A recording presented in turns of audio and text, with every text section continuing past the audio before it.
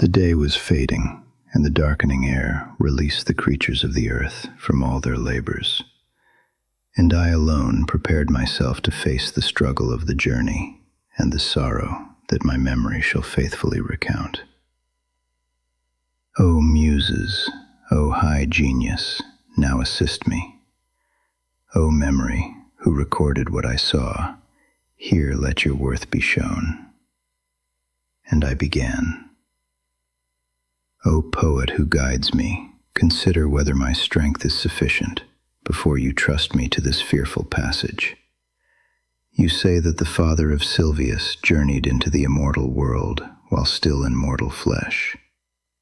If the enemy of all evil was gracious to him, thinking of the great result that would come from him, and of who and what he would become, then he seems worthy of such honor. For he was chosen in heaven to be father of imperial Rome and of her noble empire, and both the city and her rule were destined to become the sacred seat of the Holy Father. Through that journey he learned things which became the cause of his victory and of the papal mantle. Later, the chosen vessel went there as well, to bring comfort to that faith which is the beginning of salvation. But why should I go? Who grants it to me? I am not Aeneas, I am not Paul. Neither I nor anyone else believes me worthy of such a thing. So if I yield to come, I fear the coming may be madness. You are wise. You understand better than I can speak.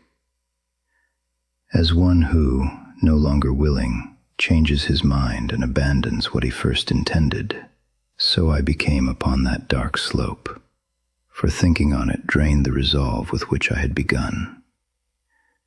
If I have understood your words, replied that shade of noble spirit, your soul is struck by cowardice, which often weighs upon a man and turns him back from honorable enterprise.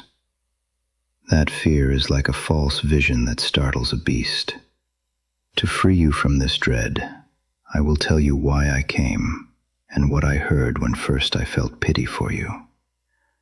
I was among those in suspense when a blessed lady called to me, so radiant and fair that I begged her to command me.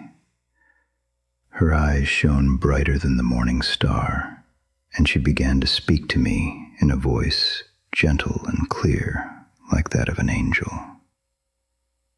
O courteous Mantuan soul, whose fame still lives in the world and shall endure as long as the world itself, my friend, though not the friend of fortune, is so hindered upon his desert path that he has turned back in fear. I am afraid he is already so lost that I have risen too late to help him. Go now, and with your eloquent speech, and with whatever else is needed, aid him, so that I may be comforted. I am Beatrice, who sends you. I come from a place to which I long to return. Love moved me to speak. When I stand again before my Lord, I shall often praise you to him. Then she fell silent, and I replied, O Lady of Virtue, through whom alone mankind surpasses all that is contained within the lowest heaven, your command so pleases me that even to obey would seem too slow. You need only tell me your desire.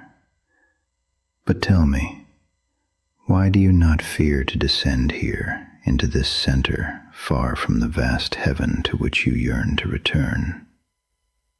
She answered, Since you wish to know so deeply, I shall briefly tell you why I do not fear to come here.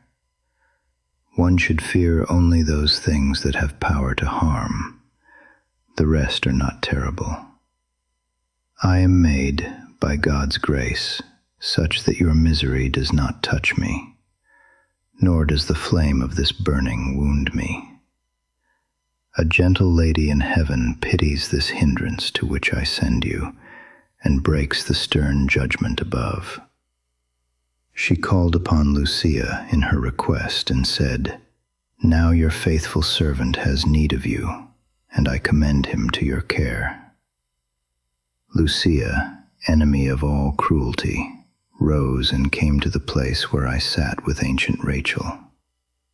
She said, "Beatrice, true praise of God, why do you not help him who loved you, so that for your sake he left the common crowd?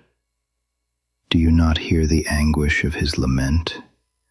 Do you not see the death that fights him upon that river over which the sea has no boast? Never were people in this world so swift to seek their advantage or to flee their harm as I was, after hearing those words, to come down here from my blessed seat, trusting in your noble speech which honors you and those who have heard you." After she had spoken these words to me, she turned her shining eyes to heaven in tears, which made me hasten all the more. And so I came to you, as she desired. I have delivered you from that wild beast that barred the short path to the fair mountain. What is this, then? Why do you hesitate? Why harbor such cowardice in your heart? Why lack boldness and resolve, when 3 blessed women in heaven care for you, and my words promise you such good? As little flowers, bent and closed by the chill of night, when the sun whitens them, rise fully open upon their stems, so I became in renewed courage, and such good boldness ran into my heart that I began to speak as one freed. O compassionate she who aided me, and courteous you who obeyed so quickly the true words she spoke. You have made my heart so eager to go forward with your speech that I have returned to my first intent. Go on now, for we are one in will. You are my guide, my Lord, my Master." Thus I spoke to him, and when he moved ahead, I entered upon the deep and savage way.